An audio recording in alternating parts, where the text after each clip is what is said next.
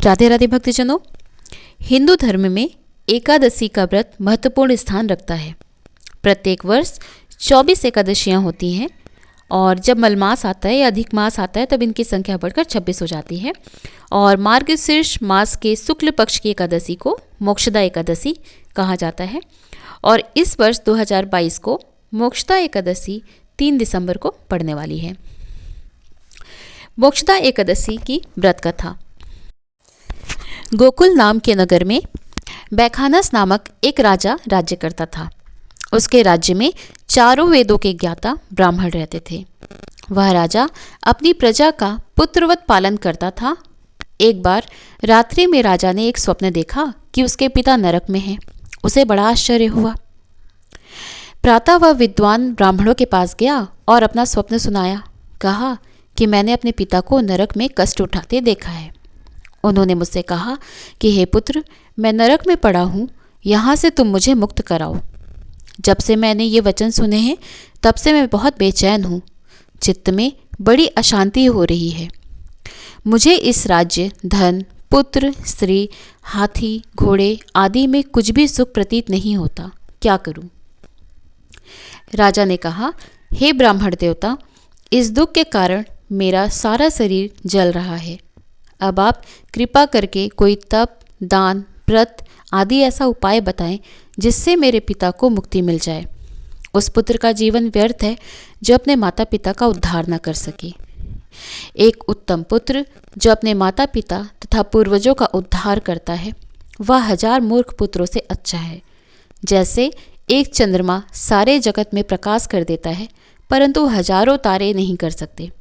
ब्राह्मणों ने कहा, हे राजन, यहाँ पास ही भूत भविष्य वर्तमान के ज्ञाता पर्वत ऋषि का आश्रम है। आपकी समस्या का हल वे जरूर करेंगे। ऐसा सुनकर राजा मुनि के आश्रम पर गया। उस आश्रम में अनेक शांतचित्त योगी और मुनि तपस्या कर रहे थे। उसी जगह पर्वत मुनि बैठे हुए थे। राजा ने मुनि को साष्टांग दंडवत किया। मुनि ने कहा, राजा, यहाँ किस कारण से आना हुआ?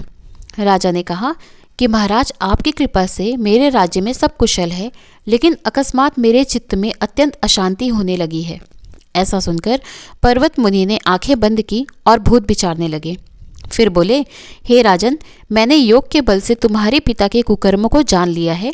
उन्होंने पूर्व जन्म में कामातुर होकर अपनी पत्नी को रति दी, किंतु सौत के कहने पर दूसरी पत्नी को ऋतुदान मांगने पर भी नहीं दिया।